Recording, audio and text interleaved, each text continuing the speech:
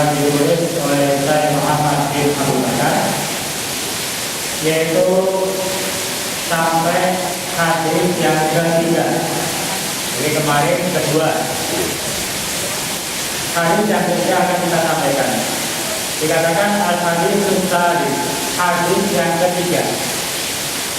Anas bin Malik radhiyallahu ta'ala anhu, dari Anas bin Malik, semoga Allah meridho kepadanya.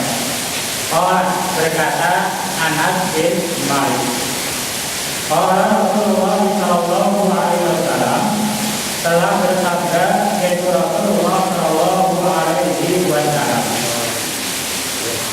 Apa sabdanya Rasul?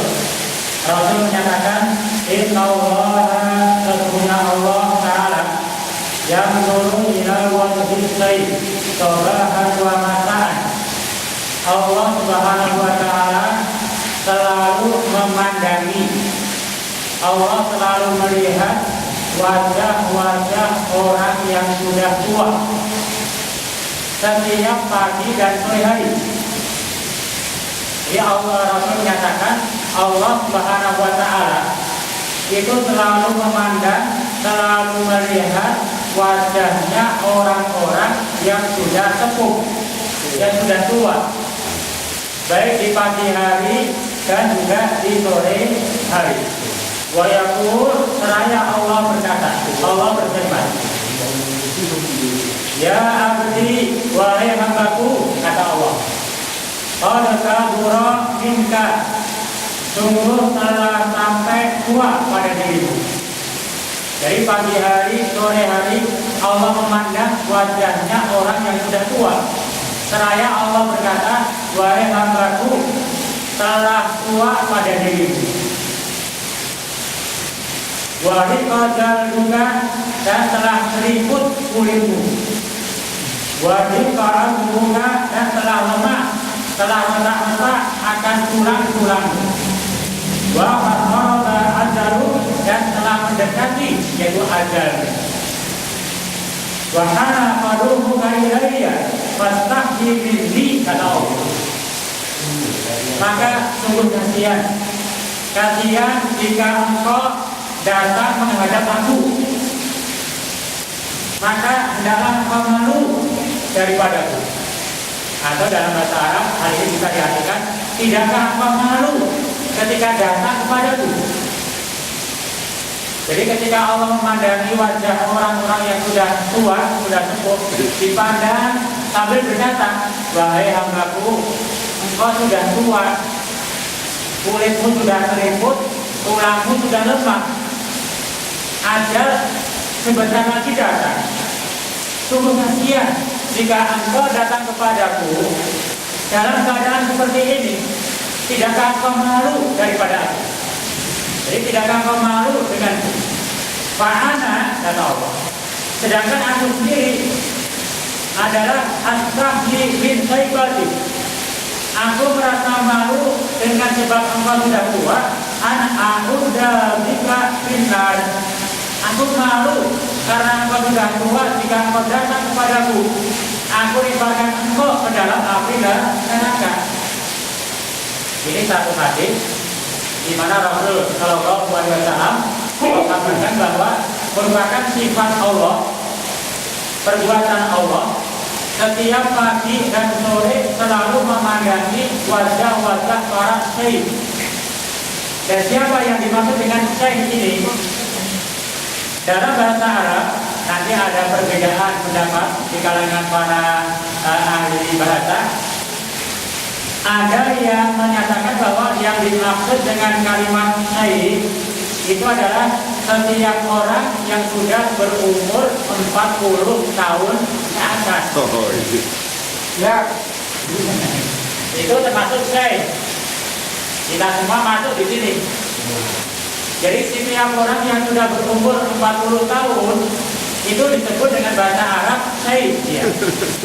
Tidak melihat apakah dia berilmu atau tidak berilmu. Hanya pada umumnya ketika ada ulama datang ini syekh, sehingga syekh dikatakan orang tua yang berilmu. Dalam bahasa Arab syekh ini tidak memandang dari sisi ilmu atau tidak, tapi memandang dari sisi umur. Ketika umurnya sudah beranjak 40 tahun, maka dia masuk dalam golongan syahid. Kita semua maaf. Tapi ada sebagian yang menyatakan dalam kamus, syahid adalah setiap orang yang berumur sittina, yaitu 60 tahun. Ini wallahu a'lam bishawab. Yang jelas, setiap orang yang sudah berumur al-arba'ina sana 40 tahun, maka biasa disebut dengan istilah syahid. Dan Allah Subhanahu wa Ta'ala itu setiap pagi, setiap sore memandangi wajah-wajah syekh itu. Jadi Pak Wali, Bang Wali pandangi kalau pagi dibilangin, lihat Allah melihat wajahnya. Pak Wali sampai sepuh ya. Ada iklan-iklan. Kulit keriput, tulang itu lemah, ajal mau datang, kacan beli, istirahat dewe. Nah itu Allah menyatakan, saya itu merasa kasihan kalau engkau datang dalam keadaan seperti itu. Kalimat ini bukan menjelaskan bahwa kita malu ketika menghadap Allah dalam keadaan tuarin tak bukan. Tapi kalimat ini mengandung pengertian bahwa yang namanya orang syekh, orang yang sudah tua, amal-amalnya itu sudah terbatas. Tidak seperti masa muda. Kalau masa muda, subhanallah, setiap kebaikan siap, sejauh manapun siap. Tapi yang nama sudah tua, sudah sepuh, yang paling terbatas amalnya. Ke masjid satu, ke masjid yang sebelah tangga, aduh jauh. Beda dengan masa muda. Mau berapa sampai luar kota, masa muda gak gampang. Tapi kalau sudah tua, masuk dalam satu tempat. Artinya kalau kita sudah tua itu amal kita terbatas dan sedikit itu amalnya. Maka Allah menyatakan, apakah engkau tidak malu ketika datang kepadaku nanti dengan membawa amal yang serba kurang? Dengan amal-amal yang serba kurang, banyak kebaikan-kebaikan yang ditinggal, bahkan banyak kewajiban yang dilalaikan, banyak dosa-dosa yang dilakukan. Apakah malu dengan itu? Sedangkan aku sendiri malu ketika engkau seorang syekh datang kepadaku dengan banyak dosa, sedikit kebaikan, nanti aku lipat ke neraka, malu saya itu. Itu Allah menyatakan. Nah ini hadis memberikan satu gambaran bahwa menunjukkan bahwa Allah Subhanahu wa Ta'ala memiliki sifat rahmat yang amat luas.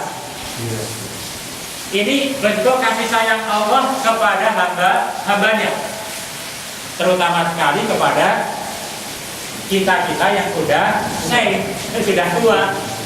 Itu Allah sampai menyatakan demikian. Ini satu bukti, satu bentuk Allah itu berkasih sayang kepada kita. Kasihan kalau sampai kita datang menghadap Allah, sedikit amal, banyak dosa. Sampai-sampai Allah berhak memasukkan kita dalam neraka, tapi Allah kasihan. Itu satu, menunjukkan bahwa Allah memiliki belas kasih kepada setiap hamba-Nya. Maka Allah pun mengutus Rasulnya, itu pun tiada lain membawa kasih sayang, rahmat untuk alam. Ini kebetulan di Maulid Nabi sering disampaikan ayat-ayat wa ma arsalnaka illa rahmatan lil alamin. Tidaklah aku mengutusmu ya Muhammad, kata Allah, illa rahmatan lil alamin, kecuali membawa rahmat untuk alam semesta ini. Rasul diutus oleh Allah untuk membawa rahmat, membawa kasih sayang, menebar kasih sayang. Itu jelas Allah telah menyatakan. Bahkan dalam berjanji sering disampaikan, bahkan ini termasuk ayat-ayat yang pertama, laqad ja'akum rasulun rasulun min anfusikum. Sungguh telah datang seorang rasul dari jenis kalian sendiri. Artinya dari jenis manusia. Sungguh telah datang seorang rasul dari jenis kalian, yaitu dari manusia. Azizun alaihi ma'anittum. Terasa berat oleh Rasul atas apa yang menimpa kalian, yaitu dalam bentuk penderitaan. Rasul kalau melihat umatnya menderita, Rasul itu berat, aziz. Aziz dalam pengertian itu gagah sebetulnya. Tapi ketika aziz ala, ini uniknya bahasa Arab. Ketika ada satu isim kemudian bertemu dengan huruf tertentu, nanti maknanya bisa berbeda. Azizun alaihi, Rasul itu terasa berat pada dirinya melihat penderitaan umat ini. Maka Rasul harisun alaikum, sangat ingin Rasul itu dengan kasih sayang yang ada menginginkan umat ini bisa selamat baik dunia maupun di akhirat. Bil mu'minina raufur rahim. Terhadap orang yang beriman, Rasul adalah rauf, sangat lembut. Rahim adalah kasih sayang. Maka Allah Maha kasih sayang, mengutus Rasulnya pun membawa kasih sayang. Itu pengertian atau pelajaran yang kita bisa ambil di dalam hadis ini. Allah memiliki kasih sayang yang tinggi, yang amat luas kepada hamba-hambanya. Yang menjadi pertanyaan, kalau Allah sendiri merasa kasih sayang, merasa kasihan kepada kita, wajar nanti masuk neraka. Yang menjadi pertanyaan, apakah diri kita sendiri kasihan pada diri kita? Itu maksudnya. Allah itu kasihan kalau kita masuk neraka. Tapi kita sendiri yang dikasihani ini, apakah kasihan? Gitu loh. Itu maksudnya. Kenapa Allah akan memasukkan hambanya ke neraka? Sebab apa? Sudah tua. Dalam pengertian sedikit amal kebaikannya. Nah, apakah kita nggak kasihan pada diri kita sehingga tidak mau beramal, tidak mau berbuat baik untuk bekal kita menghadap Allah Subhanahu wa Ta'ala? Itu maksudnya. Artinya bagi kita yang merasa kasihan kepada diri kita sendiri, saya kasihan pada diri saya, khawatir nanti masuk neraka, maka bentuk kasihannya cari bekal sebanyak mungkin agar nanti bisa selamat. Itu artinya. Apalagi sudah sepuh, benar gak? Apalagi kita sudah tua, yang dimana Allah telah menyatakan engkau sudah tua, kulit sudah keriput, tulang sudah lemah, wa taroba ajalu, ajal kematian sudah dekat. Masa nggak kasihan, nggak cari bekal? Itu kalau kita kasihan pada diri kita sendiri, mangga cari bekal untuk akhirat. Selalu berharap akan rahmat Allah Subhanahu wa Ta'ala.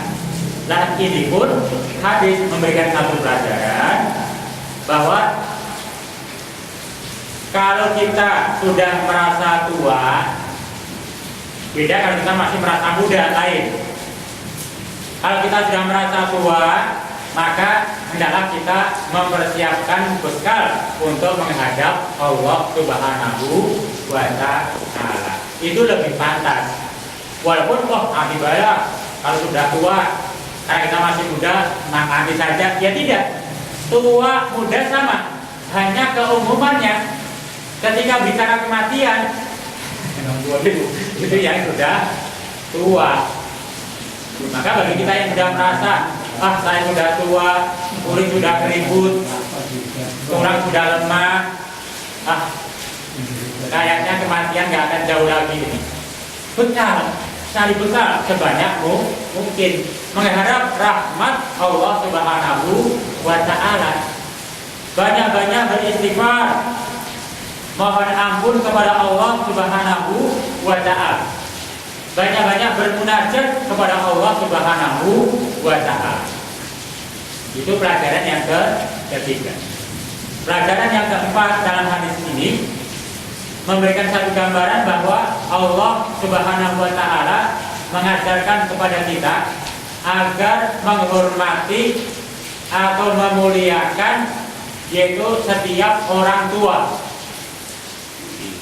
Setiap orang tua adalah kita hormati, kita muliakan beliau-beliau. Jangan sampai kita sebagai anak tidak tahu diri, durhaka kepada orang tua, atau tidak menghormati, menghargai orang tua, baik orang tua kandung sendiri ataupun orang lain. Bahkan baik dia itu sebagai orang tua muslim atau kafir. Jangan sampai kita menyakiti mereka. Nah, nanti ada kisah untuk memperkuat hadis ini. Dikatakan dalam kisahnya, wa hakana Ali radhiyallahu ta'ala. Ini tidak perlu kita bacakan daripada nanti punten banyak bahasa Arabnya bingung nanti.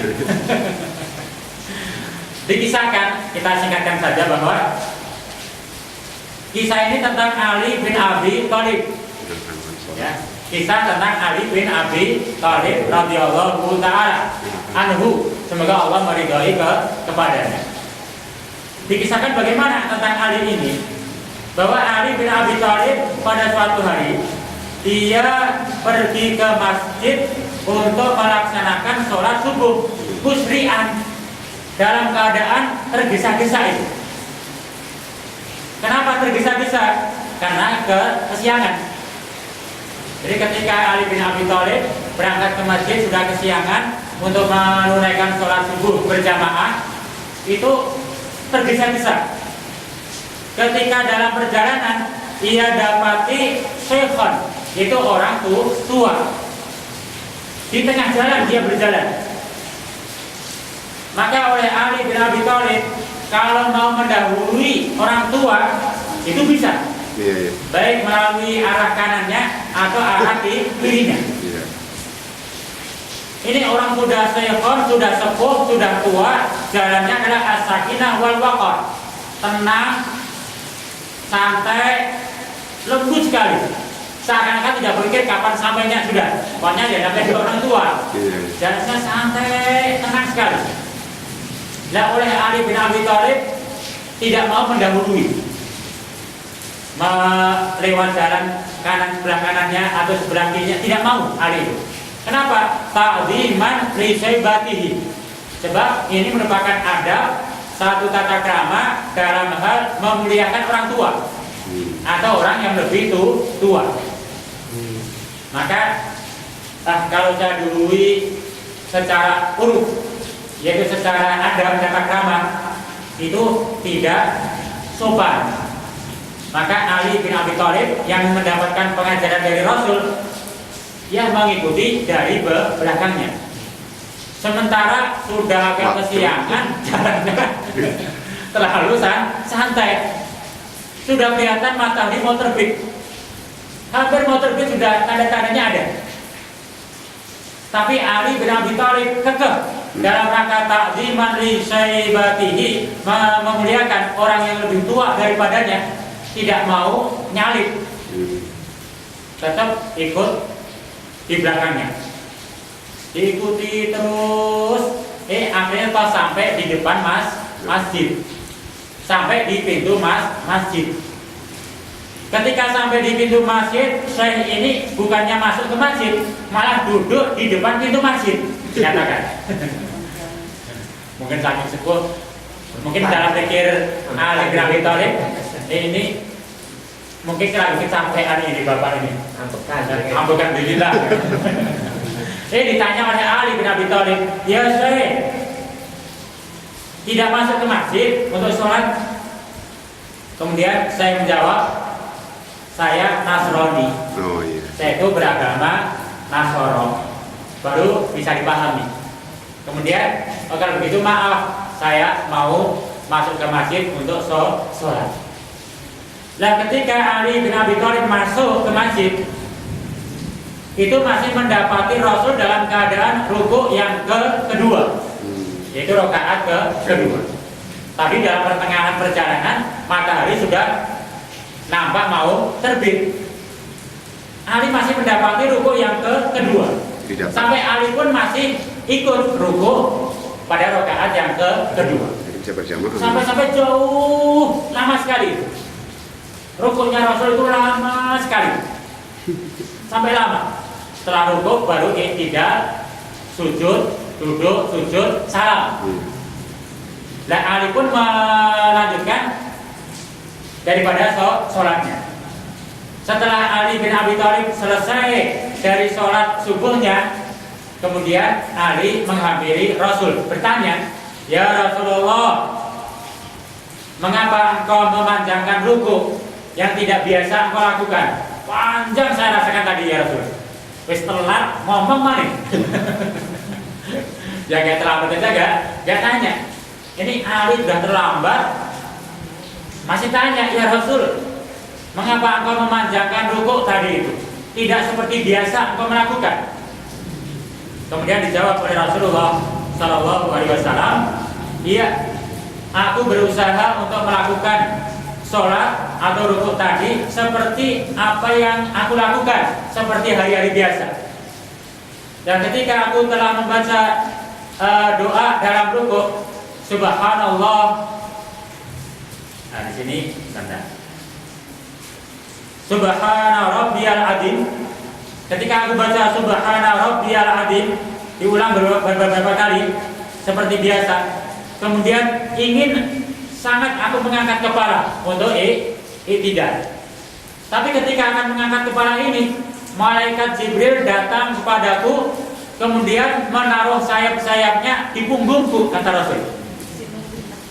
Maka aku tidak bisa berdiri. Tunggu terus, panjang itu. Ketika malaikat Jibril mengangkat sayapnya, maka aku bisa sami Allahu liman hamidah. Itu kalau ditanya mengapa kok panjang, karena ditimpuk sama sayapnya malaikat Jibril. Sampai Ali bin Abi Thalib bertanya, "Kenapa ya Rasul demikian?" Ya tanya dulu kepada malaikat Jibril. Ngapain gitu? Kemudian Rasul bertanya kepada malaikat Jibril, "Ya Jibril, ada apa hari ini engkau lakukan?" Maka malaikat Jibril kemudian memberikan satu jawaban, "Aku diutus oleh Allah Subhanahu wa Ta'ala dengan sebab Ali bin Abi Thalib." Ada apa? Kata Rasul, "Tadi Ali bin Abi Thalib itu dari rumah sudah berangkat tergesa-gesa untuk bisa sholat berjamaah subuh. Di tengah perjalanan diceritakan ketemu orang tua ini gitu. Maka saya kasihan kalau Ali ini tidak bisa mendapati sholat jamaah subuh. Maka aku diperintahkan oleh Allah untuk menahan engkau ketika ruku." Terakhir itu ya. Sehingga Ali bin Abi Thalib masih bisa mendapati ruku walaupun terlambat itu berjamaah. Kata malaikat Jibril, "Engkau jangan heran dengan hal ini," kata malaikat Jibril kepada Rasul. "Ini hada laisa ajab, bukan hal yang mengherankan seperti ini." Mungkin saat disampaikan di hadapan Rasul, seakan-akan banyak orang yang heran dengan apa yang dilakukan oleh malaikat Jibril. Ini jangan dianggap sesuatu yang heran, yang menakjubkan. Ada yang lebih menakjubkan dari apa yang saya lakukan ini, kata malaikat Jibril. "Apa? Ya malaikat Jibril," kata Rasul. "Bersamaan Allah memerintah aku untuk menaruh sayap-sayapku di punggungmu ya Rasul, sehingga lama engkau melakukan ruku, Allah pun memerintahkan kepada malaikat Mikail untuk menahan matahari." Subhanallah. Ditahan matahari. Yang tadi Ali bin Abi Thalib sudah nampak merah-merah, yaitu akan terbit matahari. Allah perintahkan malaikat Mikail, pengatur rezeki, untuk menahan matahari jangan terbit dulu. Sehingga sampai akhirnya Ali dapat sholat berjamaah, selesai semua, baru akhirnya matahari dilepas kembali, berjalan seperti biasa, baru mendapati terbitnya matahari. Itu satu gambaran karena sifat rahmatnya Allah, kasih sayangnya Allah kepada hambanya yang selalu menjaga sholat berjamaah. Sampai-sampai kasihan kalau sudah tergesa-gesa kok tidak bisa mendapatkan pahala berjamaah. Sampai Allah mengutus 2 malaikat. Itu satu. Yang kedua, gambaran dari Ali bin Abi Thalib dalam rangka ta'dziman li syaibatihi, menghormati orang yang lebih tua, itu sampai-sampai tidak mau mendahului yaitu orang tua tadi. Tetap kekeh berjalan di belakang orang tua tadi. Itu menghormati orang tua. Itu hikayat atau kisah yang pertama. Mungkin masih banyak pelajaran dari kisah ini yang kita bisa ambil. Ada 2 kisah disampaikan dalam hadis yang ketiga ini. Kisah yang kedua yaitu diterangkan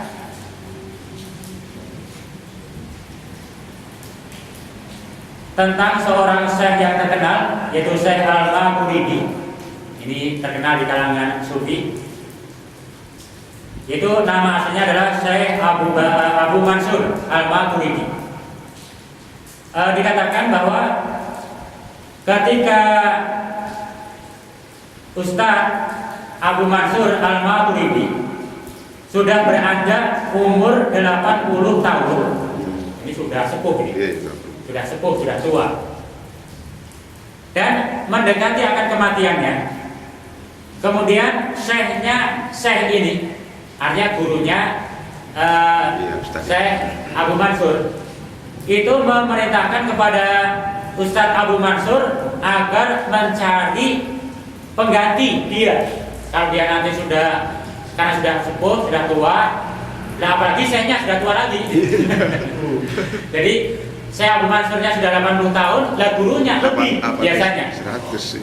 Jadi menyuruh kepada Abu Mansur, tolong cari pengganti untuk kamu. Kamu sudah berumur 80 tahun, saya sebentar lagi mau meninggal. Dia tidak melihat dirinya sendiri, sudah sepuh juga dia. Tolong cari pengganti untuk kamu. Yang apa? Yang semisal umur, yang seumur dengan engkau. Itu syaratnya. Jadi untuk mencari pengganti abdi dalam gurunya Ustadz Abu Mansur ini, itu bukan carikan yang lebih muda, bukan, tapi carikan pengganti untukmu yang sudah mendekati ajal, tapi yang seumur dengan kamu. Waduh. Ini saya Abu Mansur juga mikir-mikir, ada apa? Kalau saya sudah 80 tahun mau meninggal, disuruh cari pengganti yang seumur dengan saya, sama aja mau meninggal. Karena ini perintah dari gurunya, cari Abu Mansur, nyari al-abd, yaitu abdi dalam, atau sebenarnya pengertian adalah seorang budak, yaitu seorang pembantu untuk membantu syekhnya. Cari masuk keluar kampung, terus cari-cari, tidak ia dapatkan. Setiap ia bertanya kepada orang, apakah ada orang yang siap mengganti saya untuk melayani syekh, menjadi abdinya syekh. Ada seorang budak, maka kata orang-orang, kenapa engkau akan mencari seorang abdi dalam, seorang abdi, seorang budak yang sudah berumur 80 tahun? Manfaatnya apa? Sebab yang namanya budak, kalau itu laki-laki yang dicari tenaganya. Kalau sudah 80 tahun untuk apa? Kalau itu perempuan, ya biasanya memang tenaga kecantikan. 80 tahun sudah keriput untuk apa? Jadi cari 80 tahun untuk budak atau untuk abdi dalam untuk apa? Sudah tidak ada kemuliaan. Jarang orang mencari abdi dalam yang umurnya sampai segitu, gak ada. Maka jarang pula orang yang menjual budaknya sudah berumur 80-an tahun. Dipajang budak 80 tahun, ya nggak akan laku. Kalau jual yang muda, itu nggak ada manfaatnya. Itu dikatakan oleh banyak orang kepada Ustadz Abu Mansur. Tetap kekeh sabar mencari kesana kemari, sama, nggak akan mungkin dapat seorang budak, seorang abdi, yaitu yang telah berumur 80 tahun. nggak ada untungnya itu. Karena nggak ada untungnya, jarang orang beli. Karena jarang orang beli, nggak ada yang jual. Artinya sudah susah-susah pulang Abu Mansur kepada syekhnya. Dikatakan apa yang dikatakan oleh banyak orang. Saya maaf, sudah cari kesana nggak dapat syekh. Kata orang begini dan begini dan begini, nggak ada untungnya. Sudah nggak ada yang jual. Kemudian ketika mendengar ucapan Ustadz Abu Mansur Al-Maturidi ini, kemudian syekhnya langsung mendadak merebahkan wajahnya ke tanah, menyungkurkan diri. Artinya bersujud dalam artian. Sujud syukur. Langsung bersujud kepada Allah Subhanahu wa taala seraya dia berkata, yaitu bermunajat. Naja rabbahu wa qala ilahi anal makhluk la yahtamilu qaramahu idza balagha abdahu samanina sana. Ya Allah, sesungguhnya makhluk atau manusia tidak meliputi kemuliaannya apabila ia telah mencapai 80 tahun.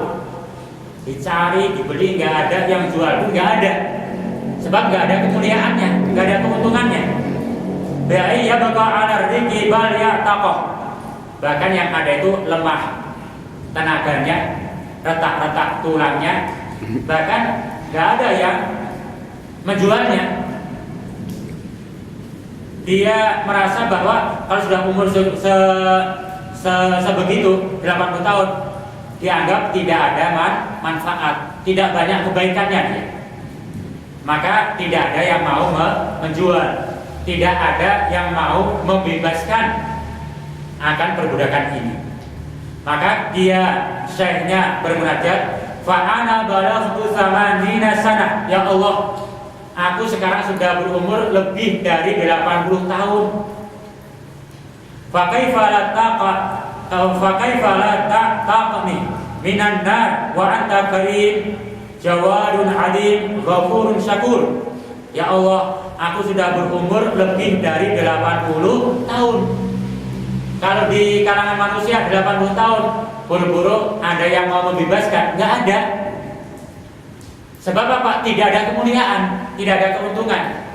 Dan aku ya Allah sudah berumur lebih 80 tahun. Mengapa engkau tidak membebaskan aku dari siksa api neraka ya Allah? Engkau adalah maha mulia, karim, jawad, maha dermawan, adim, maha agung, ghafur, maha pengampun, syakur, maha mensyukuri. Ini artinya memberikan satu gambaran tentang makhluk, di mana makhluk kalau sudah umur tua renta, sudah pikun apalagi, itu dikasih saja nggak mau orang itu. Terus Bu ya, ini saya kasih nih, kakek-kakek sudah pikun, buru-buru dikasih. Dan jadi udah ditambah lagi, nggak mau. Seakan-akan nggak ada nilai sama sekali. Jadi dibebaskan pun nggak laku sudah. Nah, maka dia mengadu, ya Allah, makhluk saja demikian. Mengapa engkau ya Allah, yang maha mulia, yang maha dermawan, yang maha agung, yang maha pengampun, maha mensyukuri, tidak membebaskan aku dari siksa api neraka? Artinya kalau di dunia tidak dianggap, tidak bisa dibebaskan, dia minta dibebaskan di akhirat saja lah. Itu pintar ini. Dan kalau di dunia nggak dianggap, nggak apa-apa ya Allah, tapi saya minta di akhirat supaya bebas dari api neraka. Maka diterangkan dalam kisah, kemudian Allah membebaskan dia dari siksa api neraka. Subhanallah. Mengapa? Satu, Allah menghormati dan memuliakan setiap orang yang sudah tua. Walaupun tidak banyak amal kebaikannya, Allah secara umum menghormati setiap orang tua. Yang kedua, ini orang tua walaupun tidak banyak amal, tapi penuh dengan harapan akan rahmat Allah. Ya Allah, di dunia saya tidak ada nilai mungkin, tapi saya minta ya Allah di akhirat bebaskan saya dari siksa api neraka ya Allah. Engkau maha ini, maha ini, maha ini. Itu artinya ada satu harapan akan rahmat Allah Subhanahu wa ta'ala. Nah, ini pun juga memberikan gambaran bagi kita yang merasa sudah tua, alangkah utamanya yaitu selalu bermunajat kepada Allah Subhanahu wa Ta'ala. Di antaranya salah satunya sholat. Kalau kita merasa tua, pasti akan mati, mangga jangan ditinggalkan sholat. Oh, beli bisa sholat, pokoknya ke masjid melu bae lah. Gak usah susah-susah. Gak hafal doanya, pokoknya ke masjid melu udah. Ini dalam rangka untuk munajat kepada Allah Subhanahu wa Ta'ala. Jangan sampai kita sudah tua renta, sudah lemah, sudah keriput kulit, nanti menghadap Allah, manjing neraka. Dunianya kesiksa, akhirat kesiksa. Naudzubillah. Maka ini hadis yang ketiga lebih khusus memberikan peringatan kepada setiap orang yang sudah merasa tua. Berbeda dengan hadis yang pertama. Hadis pertama umum bahwa Allah itu Maha Rahman. Maka kita sebagai seorang muslim adalah selalu menebar rahmat. Hadis yang kedua masih tentang rahmat Allah. Kalau kita merasa banyak dosa, banyak kekurangan, jangan berhenti. Jangan berputus asa mengharap rahmat Allah. Kalau kita banyak beramal, jangan ujub, jangan sombong, tetap mengharap rahmat Allah. Itu masih umum, tua, muda, dan sebagainya. Nah, hadis ketiga lebih mengkhususkan, mengingatkan kita yang sudah tua. Itu kalau kita lihat di sekeliling kita, maaf punten kan, banyak bapak-bapak kita, ibu-ibu kita yang sudah lebih tua dari kita. Terkadang kita sebagai orang lain juga merasa kasihan. Melihatnya saja sudah kasihan gitu.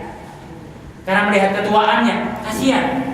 Melihat amalnya yang punten, diajak ke masjid masih susah, kayaknya kasihan bisa. Ini Allah pun kasihan. Melihat orang tua di dunia ini, melihat ketuaannya saja kasihan itu. Jalannya dilihat, Allah kasihan melihat, aduh kasihan. Melihat kasihan. Nah, apalagi kurang amal, tidak mempersiapkan amal, tidak munajat kepada Allah, tidak minta rahmat Allah, itu lebih kasihan nantinya. Maka mumpung masih ada kesempatan, memang enggak kita berusaha selalu mencari rahmat atau kasih sayang dari Allah Subhanahu wa Ta'ala. Nah, ini hadis yang ketiga. Mungkin ada pertanyaan? Mangga. Ada Pak Ustaz. Jadi misalnya kita melihat ada orang tua, tapi dia belum mau sholat atau belum mau yang lain-lainnya. Nah, ini apakah orang tersebut karena dihalang-halangi oleh setan atau karena belum dapat hidayah dari Allah? Kalau ditanyakan apakah belum mendapat hidayah atau dihalang-halangi setan, keduanya bisa jadi. Karena setan pun selalu berusaha menghalang-halangi manusia ketika manusia mau menuju ke jalan Allah, atau bisa jadi memang belum mendapatkan hidayah. Itu bisa jadi. Yang pada intinya memang belum mendapatkan hidayah. Maka dalam hal ini masalah godaan setan seperti hadis kisah yang hadis kedua kemarin.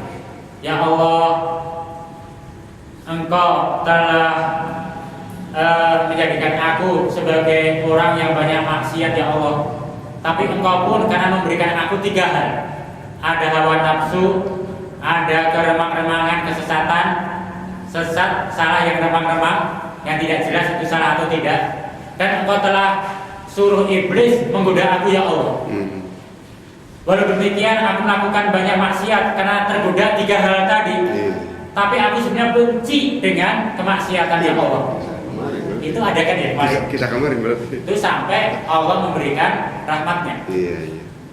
Ini yang pertama. Yang kedua, ya Allah, aku memang banyak melakukan maksiat ya Allah. Di samping ada 3 hal tadi ya Allah. Tapi sebetulnya kalau disuruh memilih antara orang-orang soleh dengan orang-orang yang salah, saya itu lebih suka memilih orang yang soleh ya Allah. Saya lebih senang berkumpul dengan mereka-mereka orang soleh, orang-orang baik daripada orang yang tidak baik ya Allah. Tapi karena godaan mereka ya Allah, hawa nafsunya, keremang-remangannya, iblis, laknatullah, sehingga aku banyak berkumpul dengan orang yang salah. Yang pada dasarnya aku benci kepada mereka, lebih senang kepada orang soleh ya Allah. Allah berikan rahmat juga. Nah yang ketiga, punten, kira-kira apa mereka? Yang ketiga, terkait dengan masalah tempat. Ya Allah, memang aku banyak maksiat, melakukan maksiat di satu tempat, maksiat ya Allah. Tapi sebetulnya saya itu walaupun badan saya di tempat maksiat, tapi hati saya ingin sekali datang ke tempat yang baik. Dan kalau saya suruh memilih, saya memilih tempat-tempat yang baik ya Allah. Saya senang ke majelis taklim, senang ke majelis zikir, tapi godaan 3 tadi ya Allah, aku sampai terjerumus ke sana. Maka aku berharap akan rahmat-Mu ya Allah. Allah berikan rahmat. Maka yang pertama yang diingatkan agar tidak lupa yaitu kepada Allah Ta'ala. Artinya kalau ketika dia masih ingat kepada Allah, artinya ada iman kepada Allah Ta'ala. Maka sekecil apapun iman yang ada dalam hati seseorang, insya Allah itu membawa rahmat, insya Allah. Cukup Pak. Tanya Pak, itu dalam kisah tadi ada kaitannya orang tua dengan gerakan menangani apa sebabnya masuk masjid. Masih ingat Pak? Ya tadi ada kisah yang orang tua nggak masuk masjid. Nah kemudian duduk di pintu setelah suruh masuk masjid mengaku dia agama Nasrani. Mengapa dia ke masjid? Di sana tidak diterangkan. Mungkin kebetulan arahnya sama. Lepas sampai di masjid, orang tua itu pun duduk di depan masjid. Tidak diterangkan ada apa. Atau mungkin hanya istirahat sebentar, dia ambil nafas tadi yang mungkin ke sana. Atau memang ini sudah diatur oleh Allah untuk memberikan satu kisah yang bisa diambil pelajaran. Ali bin Abi Thalib radhiyallahu anhu sendiri ini orang Nasoro, tapi tidak melihat itu Nasoro atau Islamnya, melihat karena min syaibatihi, melihat ini orang sudah tua daripadanya, maka ini perlu dihormati. Itu agama Islam. Jadi, wah ini orang kalau orang-orang muda-muda seorang kopet nih, salib bela. Terus pada salam barang kalam, nggak disapa, nggak diapa, salib. Dan itu artinya menunjukkan kurang adab, kurang tata krama. Maka tata krama dalam Islam, setiap orang tua harus dihormati. Walaupun boleh ketika mau mendahului, minimal memberikan salam.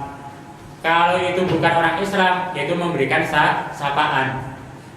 Kalau kita di jalan mau ke Cirebon, ada orang tua bawa motor pelan-pelan, ya nggak perlu manggil Pak ya, itu udah umum lah. Tapi ini kan ini satu gang dari rumah menuju masjid, bukan jalan raya. Mungkin jalan kecil-kecil 1 meteran. Maka lebih pantas kita hendaklah menghormati, memuliakan orang tua. Ya itu kan kisah tadi ya. Jadi mungkin menggambarkan orang tua orang lain saja, bukan orang tua kandung gitu ya. Dan agamanya beda lagi. Artinya ya sahabat Ali ini ikut ke belakangnya nggak mau melampaui gitu. Artinya memberi gambaran bahwa kita apalagi gitu maksudnya sih kan begitu. Makanya Kisah. saya katakan pelajaran itu banyak sekali kalau kita mau mengambil.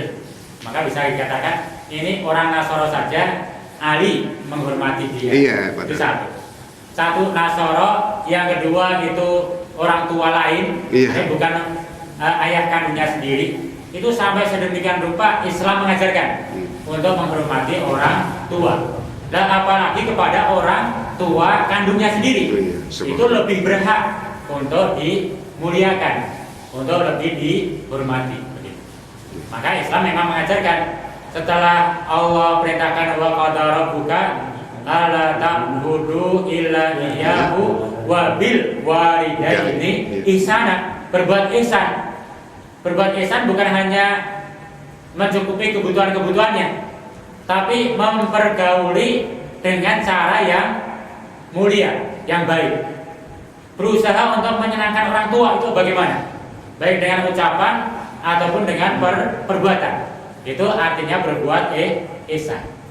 Ada, oh saya berbuat baik sama orang tua kok. Orang tua sudah tak lengkapi semua, rumah mewah, semua mewah, tapi gak pernah diurus. Apalagi kan sudah sepuh, itu gak pernah diurus. Ini belum dikatakan ihsan. Jadi materi, non materi itu berusaha untuk menyenangkan orang tua. Sampai-sampai mengucapkan kata-kata saja, kata itu nggak boleh dalam agama Islam. Kata-kata adalah kata-kata penolakan kepada orang tua yang amat sangat ringan sekali. Kalau ada kata-kata yang lebih ringan dari itu, tetap tidak boleh. Hanya nggak mau itu sudah tidak boleh. Kalau ada yang lebih ringan itu tidak boleh. Apalagi membentak beliau itu tidak diperkenan. Itu memberikan gambaran memuliakan orang tua. Itu hadisnya ihsan dan tadi ihsan, bukan jaja gitu artinya. Atau apa tuh yang sering dimasakkan itu juga tuh ihsan dengan jaja artinya terima kasih ke orang tua tuh. Maksudnya?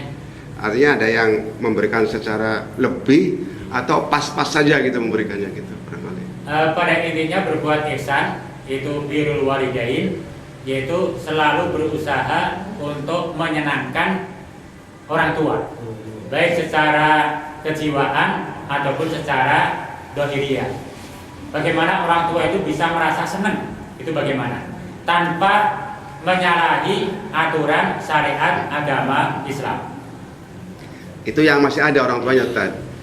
Seperti saya ini kan orang tua sudah nggak ada ini. Kira-kira untuk berbakti supaya masih langgeng itu kira-kira kiatnya gimana Ustaz? Ketika berbicara tentang birrul walidain atau wabil walidaini ihsana, ada seorang sahabat bertanya, "Ya Rasul, orang tua masih ada. Saya bisa ini dan ini berusaha. Tapi bagaimana kalau orang tua kita sudah meninggal?" Maka kata Rasul, ada sekitar 6 atau 7 amalan sebagai bentuk berbuat ihsan kepada orang tua. Yang pada intinya adalah 1, mendoakan orang tua. Yang kedua, melaksanakan wasiat dari orang tua. Yang ketiga, yaitu menyambung silaturahim, yaitu kekerabatan yang telah dibina oleh orang tua. Itu 3 hal itu. Nah yang 4-nya kita lupa, nanti insya Allah kita sampaikan. Itu yang pada inti adalah mendoakan. Termasuk diantaranya tadi adalah bersedekah untuk orang tua. Itu dalam rangka berbuat ihsan kepada orang tua yang sudah meninggal. Termasuk kurban, termasuk tadi ya. Maka ada doa, ada sedekah, itu yang sifatnya amal ibadah langsung.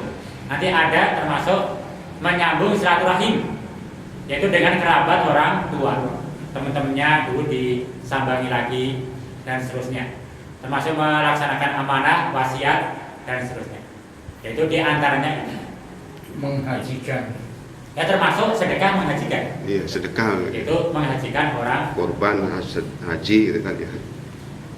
Mungkin cukup ada kalanya anak sama orang tua sakit, anaknya nggak mau ngurus. Nah itu Nah, kalau maksudnya nggak mau ngurus sih karena orang tuanya kere ya, anaknya dijawab. Tapi kalau ada sawah, ada toko, ada segala, wah nanti orang tua saya sama, saya beli. Dalam materi khutbah Jumat untuk tahun ini saya akan berusaha untuk menyampaikan kamus-kamus kehidupan. Kemarin siapa orang miskin, siapa orang kuat kita sampaikan. Insya Allah nanti akan kita sampaikan. Rasul bertanya kepada para sahabat, manir rokub, siapa orang yang mandul itu? Jadi orang mandul itu siapa? Kata sahabat, orang mandul ya Rasul, orang yang nggak punya anak ya Rasul. Tapi kata sahabat, Rasul, bukan itu orang mandul. Orang yang mandul yaitu orang yang banyak anak, tapi dia tidak mendidik anaknya sehingga bisa berbakti kepada dia. Ada anak tapi karena tidak dididik, akhirnya dia dalam keadaan susah, anak gak mau menjenguk, dia itu mandul artinya. Itu salah satu pengertian atau kamus dalam kehidupan. Nanti siapa orang yang bangkrut itu Iya, lain akan lagi. kita sampaikan dalam khotbah Jumat. Kemarin sudah kita sampaikan siapa orang yang kuat, jagoan itu siapa orang yang miskin, kemarin kita sampaikan. Nanti insya Allah kita sampaikan yang lain. Cukup salah dan Iya. dari saya kurang dan lebihnya mohon maaf. Artinya assalamualaikum warahmatullahi wabarakatuh. Waalaikumsalam.